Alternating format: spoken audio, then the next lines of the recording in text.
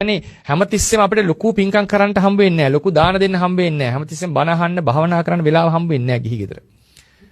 ඒ නැති අවස්ථාවල අපි හිතන්නට ඕනේ මේ දේ මම කරනවා කියන හිත තියාගන්න. මොකද හේතුව බුද්ධ වචනේ තමයි චිත්තුප්පාද මත්තම්පි භික්ඛවේ බහුකාරන්ති වදාමි කුසලේසු ධම්මේසු. මහණෙනි, පින් කිරීම ගැන කවර කතාවද? පින් කරන්නට සිතක් පහළ වීම පවා මේ සසර සත්‍යයට බොහෝ උපකාරකයි කියලා දක්වලා තියෙනවා. බොහෝ උපකාරකයි. කොටින්ම කියනවා නම් පින්වතුනි, ඒකේ උපකාරක භාවය මෙහෙම තේරුම් ගන්න. අපේ බණ පොතේ ඉන්නවා ගෝසක කියලා චරිතයක්.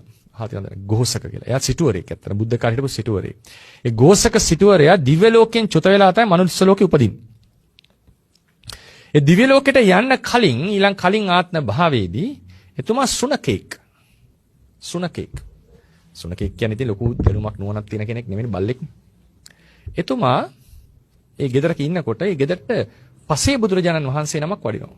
පසේ බුදුරජාණන් වහන්සේ කියලා කියන්නේ සත්‍ය අවබෝධ කරපු ඒ චතුරාර්ය සත්‍ය දේශනා කිරීමට සමර්ථ නැති උත්තමයෙක්. බුදුවරිට විතරයි දෙවෙනි. ඉතින් පසේ බුදුරජාණන් වහන්සේ නිවසට වඩිනකොට ඒ මනුස්සයාගේ නිවසට හැමදාම එනවා. එනකොට මේ මනුස්සයා මොකද කරන්නේ? ඒ ගෙදර බල්ලෙක් ඉන්නවා.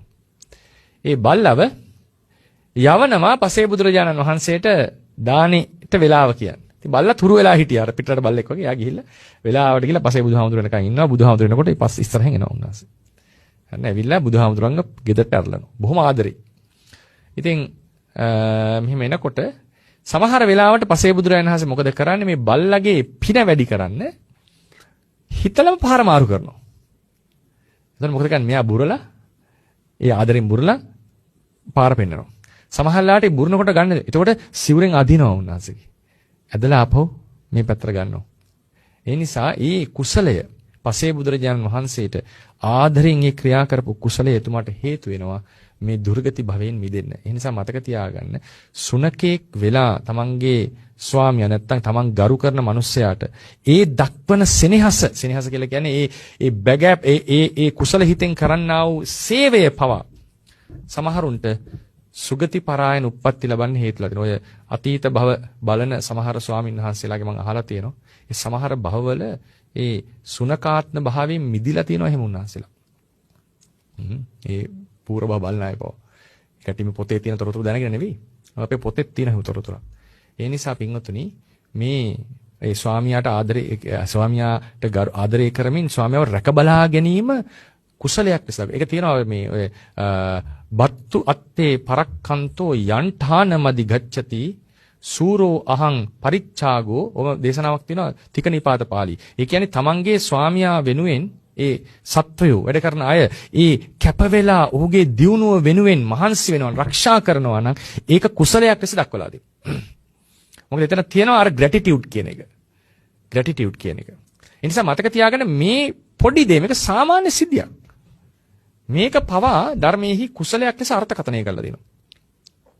එහෙමනම් අපි කරන දාන සීල භාවනාදී කුසල කර්ම ගැන කවර කතාවද පින්වතුනි? අතනයි තියෙන පොයින්ට් එක.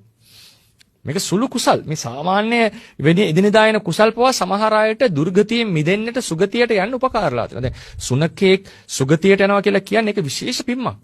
දුර්ගති ආත්ම භාවයකින් සුගතියකට පැමිණීම.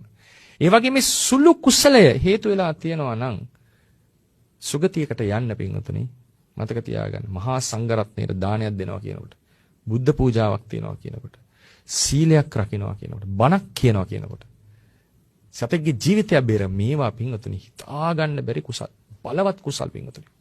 ඒ නිසා ඒ කුසල් නැවත අපි සිද්ධ කරන්නට ඕනේ කිසිදු පැකිලීමකින් තොරව. ඒ ගැන කවදාවත් හිතන්නට හොඳ නෑ.